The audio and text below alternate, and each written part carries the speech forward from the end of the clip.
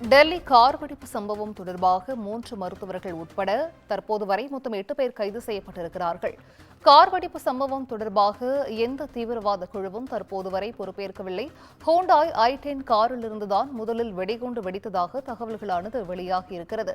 சுங்கச்சாவடிகளின் காட்சிகள் உட்பட 100க்கும் மேற்பட்ட சிசிடிவி வீடியோக்களை போலீசார் ஆய்வு மேற்கொண்டு வருகிறார்கள். சட்டவிரோத நடவடிக்கைகள் தடுப்புச் சட்டத்தின் கீழ் பிரிவு 16 மற்றும் 18 ஆகிய பிரிவுகளின் கீழ் வழக்கு பதிவு செய்யப்பட்டிருக்கிறது. டெல்லி கார் வெடிப்பு சம்பவம் தொடர்பாக 3 மருத்துவர்கள் உட்பட தற்போது வரை மொத்தம் 8 பேர் கைது செய்யப்பட்டிருக்கிறார்கள். கார் வெடிப்பு சம்பவம் தொடர்பாக எந்த தீவிரவாத குழுவும் தற்போது வரை பொறுப்பேற்கவில்லை. ஹோண்டாய் i10 காரிலிருந்துதான் முதலில் வெடிகுண்டு வெடித்ததாகவும் தற்போது வரை தகவல்களானது வெளியாகியிருக்கிறது. சுங்கச்சாவடிகளின் காட்சிகள் உட்பட 100க்கும் மேற்பட்ட சிசிடிவி வீடியோக்களை போலீசார் ஆய்வு மேற்கொண்டு வருகிறார்கள். சட்டவிரோத நடவடிக்கைகள் தடுப்புச் சட்டத்தின் கீழ் பிரிவு 16 மற்றும் 18 ஆகிய பிரிவுகளின் கீழ் வழக்கானது பதிவு செய்யப்பட்டிருக்கிறது. டெல்லி கார் வெடிப்பு சம்பவம் தொடர்பாக 3 மருத்துவர்கள் உட்பட தற்போது வரை மொத்தம் 8 பேர் கைது செய்யப்பட்டிருக்கிறார்கள். கூடுதல் விவரங்களை செய்தியாளர் சிவகுமார் வழங்கிட கேட்கலாம். சிவகுமார், வணக்கம். இது குறித்தான முழு விவரங்கள். இந்திய தலைநகரான டெல்லி செங்கோட்டை அருகே நேற்று காரை பிடிக்க செய்து ஒரு பயங்கரவாத தாக்குதல் ஒன்று நடத்தப்பட்டது. இதுல 15 பேர் உயிரிழந்த நிலையில பலர் படுகாயங்களோட மருத்துவமனையில அனுமதிக்கப்பட்டிருக்கிறாங்க. அதாவது பகல்காம் தாக்குதலுக்கு பிறகான அந்த தாக்குதல், அதாவது ஆபரேஷன் சிந்தூர் அப்படிங்கிற ஒரு நடவடிக்கைக்கு ஏற்கனவே பலத்த ஒரு வரவேற்பு பெற்றிருந்தது. இந்தியா என்ன சொல்லி இருந்ததுன்னா, தீவிரவாதத்துக்கு நாங்க தடுக்கிற வகையில அதற்கு பதிலடி அதே வகையில இருக்கும் அப்படின்னு சொல்லி தெரிவிக்க, அதன் அடிப்படையில தான் தொடர்ச்சியாக தாக்குதல் நடைபெற்றது. இந்நிலையில நேற்று என்னன்னு பாத்தீங்கன்னா, டெல்லி செங்கோட்டை பக்கத்துல இருக்கிற மெட்ரோ ரயில் நிலையம் முன்பு ஒரு வெடிகுண்டு தாக்குதல், அதாவது ஹுண்டாய் i20 கார்ல வந்துட்டு இருந்த கார்ல ஒரு வெடிகுண்டு வெடிச்சதுல சம்பவ இடத்துல கிட்டத்தட்ட ஒரு 3 வரைக்கும் பலியான நிலையில நேற்று நள்ளிரவு வரை மொத்தம் 15 பேர் பலியாயிருக்கிறாங்க. ஏறத்தாழ 30க்கும் மேற்பட்டோர் பலத்த காயத்தோட மருத்துவமனையில் அனுமதிக்கப்பட்டிருக்கிற நிலையில அனுமதிக்கப்பட்ட பலர் இன்னும் அந்த அபாய கட்டத்தை தாண்டாத ஒரு சூழ்நிலையில தான் இருக்கிறாங்க. மேலும் பலி எண்ணிக்கையானது அதிகரிக்கும் அப்படின்னு சொல்லி எதிர்பார்க்கப்படுது. 3 மருத்துவர்கள், அதாவது பாத்தீங்கன்னா மொத்தம் 3 மருத்துவர்கள் இந்த சம்பவத்தில் ஈடுபட்டிருக்கிறதா சொல்லி முதல் கட்டமா தெரிய வந்திருக்கு. அதாவது டாக்டர் ஷக்கீல், அதே மாதிரி டாக்டர் ஷக்கீன் ஆகிய இருவர் வந்திருக்கிறாங்க. அவர் போக மொத்தம் 3 டாக்டர்கள் இதுல இந்த சம்பவத்துல உள்ளிட்டு இருக்கிறாங்க. மொத்தம் 8 பேர் கைது செய்யப்பட்டு இருக்கிற சூழ்நிலையில இந்த சதி திட்டத்துல மேலும் சிலருக்கு தொடர்பு இருக்கலாம்னு சொல்லி இந்த விசாரணையில தெரிய வந்திருக்குது. பயங்கரவாத நெட்வொர்க்குக்கும் இந்த டாக்டர்களுக்கும் போலீஸார் சேர்ந்து, பயங்கரவாத நெட்வொர்க்குகளோட இந்த டாக்டர்களும் சேர்ந்திருக்கிற ஒரு சூழ்நிலையில போலீசாரை இது கடுமையா ஒரு அதர வச்சிருக்குதுன்னு சொல்லலாம். ஜம்மு காஷ்மீர், ஹரியானா, உத்தரப்பிரதேச மாநிலங்கள்ல ஆயுதங்கள், வெடிமருந்துகள் பறிமுதல் செய்யப்பட்டதால நாடு முழுவதுமே போலீசார் உஷார்படுத்தப்பட்டிருக்கிறாங்க.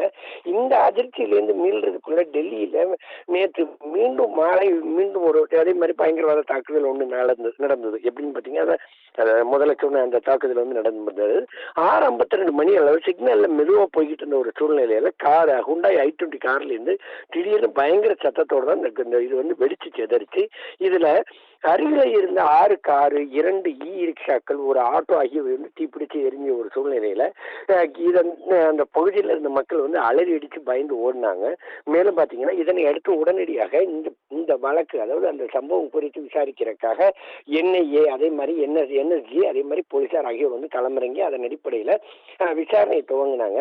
முதற்கட்டமா ஏறத்தாழ ஒரு 12 பேர் வரை கைது செய்யப்பட்டிருக்கிறதாகவும், அதே மாதிரி அதனை அடுத்து இதுல யாருக்கு இதுல தொடர்பு இருக்கு அப்படிங்கறது குறித்தும் விசாரணை பண்ணிட்டு இருக்கிறாங்க. மேலும் காவல்துறை வட்டாரத்தின்படி சந்தேக நபரோட கார் அந்த கார் பார்க்கிங் பகுதிக்குள்ள நுழையிறதையும் வெளியேறதை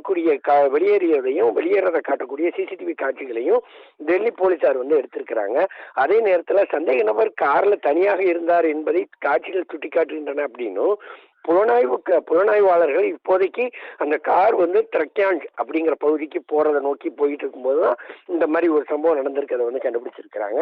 அதே நேரத்துல சுங்கச்சாவடிகள் பக்கத்துல இருக்கிற 100க்கும் மேற்பட்ட சிசிடிவி கேமராக்களோட கிளிப்புகள் வந்து முழுமையாக பெறப்பட்டு அதன் அடிப்படையில் தற்போது ஆய்வு செய்யப்பட்டு வருது.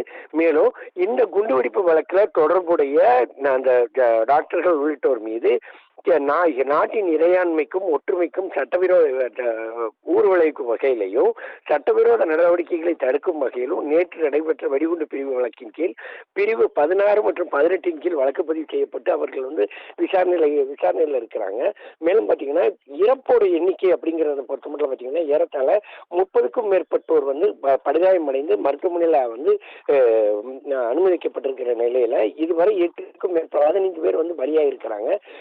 அதே மாதிரி பார்த்தீங்கன்னா இன்னும் பலியானவர்களோட எண்ணிக்கை அதிகரிக்கப்படும் அப்படிங்கிற மாதிரி தான் வந்து கூறப்படுது. மொத்தம் வந்து பார்த்தீங்கன்னா 2900 கிலோ வெடிப்பொருட்கள் வந்து நேற்று ஒரே நாளில் சிக்கி இருக்குது. எப்படின்னு பார்த்தீங்கன்னா ஹரியானா உள்ளிட்ட பல்வேறு இடங்கள்ல சிக்கி இருக்குது.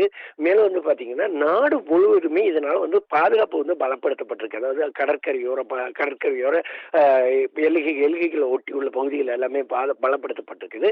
முக்கியமா அண்டை நாடான பாகிஸ்தான் வந்து எளிதாக உள்ள வரக்கூடிய குஜராத், ஒரிசா உள்ளிட்ட பல்வேறு பகுதிகளில் இருக்கிற கடற்கரை ஓரங்கள் வந்து கடுமையாக கண்காணிக்கப்பட்டு வருது. அதே மாதிரி தலைநகர் டெல்லி வந்து முழுவதுமாகவே வந்து பாதுகாப்பு வளையத்துக்குள்ளே இருக்குன்னே சொல்லலாம். அதே மாதிரி நாடு முழுவதுமே உள்ள அனைத்து ரயில் நிலையங்கள், அதே மாதிரி விமான நிலையங்கள் உள்ளிட்ட மக்கள் கூடக்கூடிய பகுதிகள் வந்து முழுமையாக போலீசார் வந்து கண்காணிச்சிட்டு இருக்கிறாங்க. அதே மாதிரி எல்லா இடங்கள்லையுமே டெல்லி மட்டுமல்லாது இந்தியா முழுவதுமே வந்து தற்போது வந்து எல்லா இடங்கள்லையுமே வெடிகுண்டு சோதனை ஆனது வந்து நடைபெற்று இருக்குது. மேலும் பார்த்தீங்கன்னா இந்த வழக்கில் தொடர்புடையவர்கள் மீது பாரபட்சமின்றி நடவடிக்கை எடுக்கப்படும் அப்படின்னு சொல்லி பிரதம மந்திரி அலுவலகத்திலிருந்து தெரிவிக்கப்பட்டிருக்குது.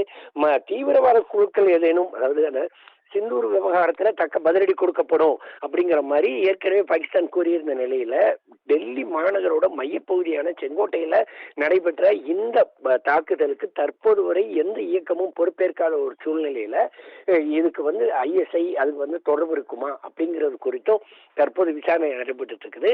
முறைப்படியான நடவடிக்கை வந்து எடுக்கப்படும். அதே மாதிரி பாத்தீங்கன்னா இந்த தீவிரவாத தாக்குதலுக்கு யார் காரணமாக இருந்தாலும் முற்றிலுமாக களை எடுக்கப்பட வேண்டும் அப்படிங்கிறதா இங்கு உள்ள இந்திய மக்களோட ஒரு பெரிய கருத்தா இருக்குது. சிந்து,